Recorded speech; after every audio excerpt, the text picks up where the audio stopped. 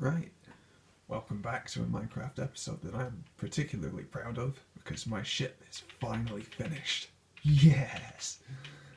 You actually joined me here in my creative world here first.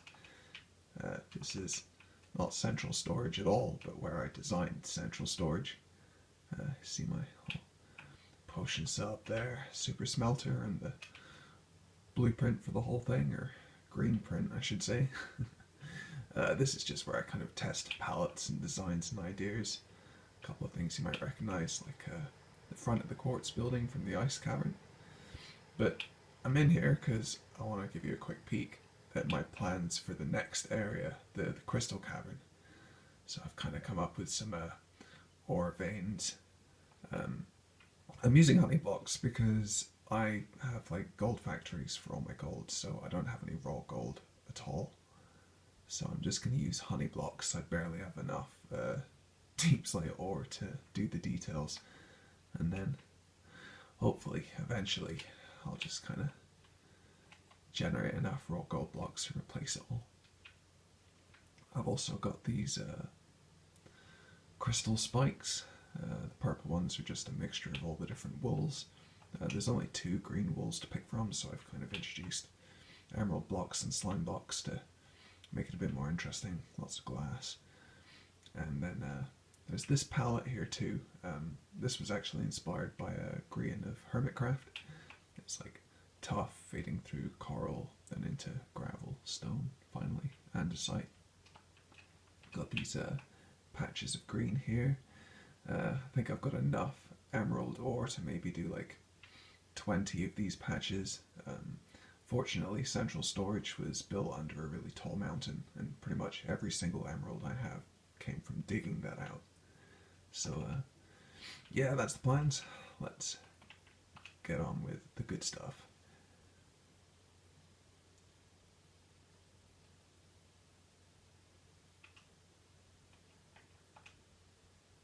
Get a glimpse at my terrible loading times because I'm on my old Xbox.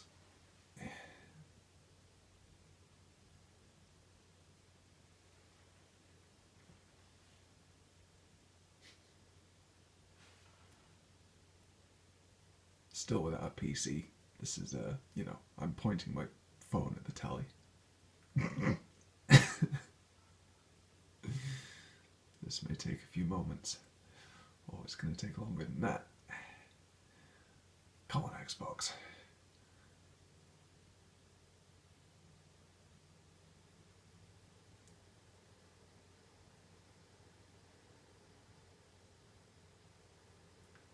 Here we go. I logged out on top of a stack of scaffolding.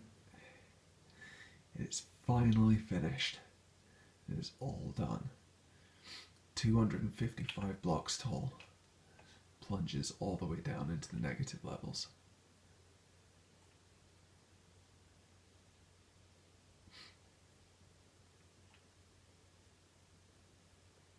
Each sea lion is behind a sideways stair block. It's kind of set into it, so you see different lights depending on your position. If I was to like jump down, you would kind of see a bit more, but at this angle they all seem to disappear.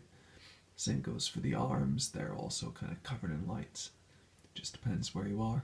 A lot of different palettes, like the black portions are chiseled, cracked, and regular deep slate tiles. The lighter portions are stone and andesite. Got a stone brick and mossy stone brick, cracked stone brick, and big bits of cobbled, mossy cobbled, and more cracked stone brick. There's also a couple of other things thrown in, like chiseled stone and polished basalt, kind of placed sideways so you can see that cool square pattern. And yeah, a couple of other things. Let's see.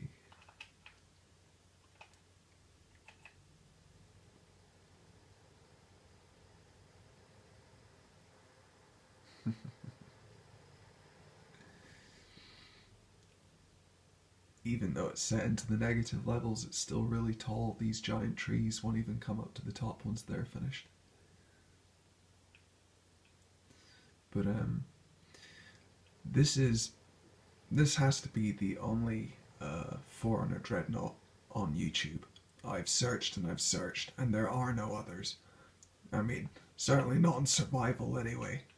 It is the only one. And if you want a tutorial, you can forget it. I have no idea how many blocks this took. The chests in the corner of the jungle room, I filled them with stuff over and over and over. And yeah, I got this from my creative world basically by flying around it and taking hundreds of photos with my iPad and just building it from photos. Like a big 3D printer. I'm gonna do something that's gonna kill me. Can I reach the top? Oh. I have a totem so I can do this. I'm gonna give you an idea of how long I had to stand AFK at my guardian farm to produce all these things. Oh, there we go.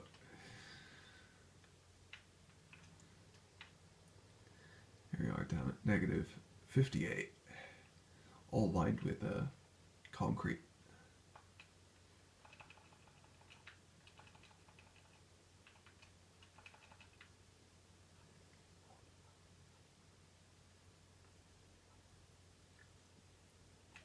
I first started designing this shit on creative when when Minecraft first came to the Xbox 360, probably about 10 years ago.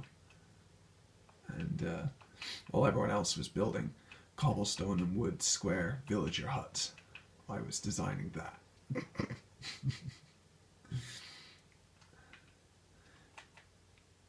Got a bunch of rubbish here, all for the new space.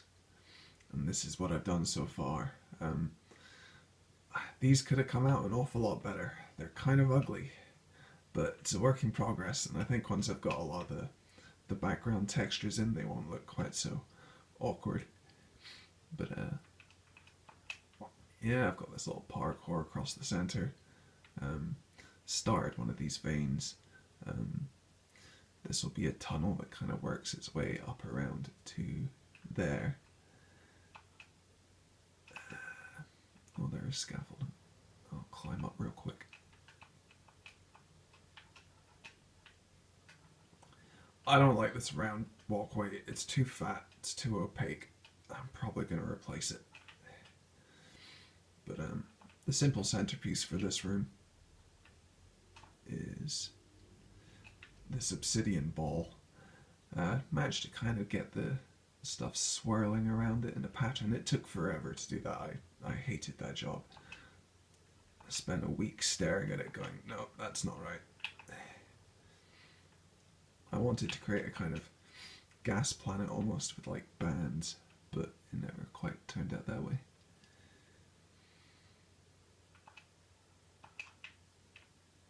But yeah, that's the crystal room so far. Lots to do. I also finally got around to building a froglight farm and a bastion, so I'm going to be making use of them, I think.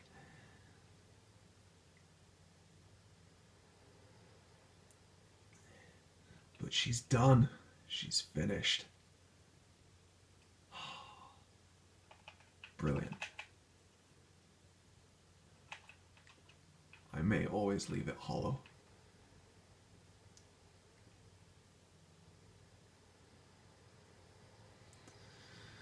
Yeah, another project down. Many, many more to go. I've sketched out this room on paper, but it's just a glint in my eye right now. It'll be months before I touch this room. That's it.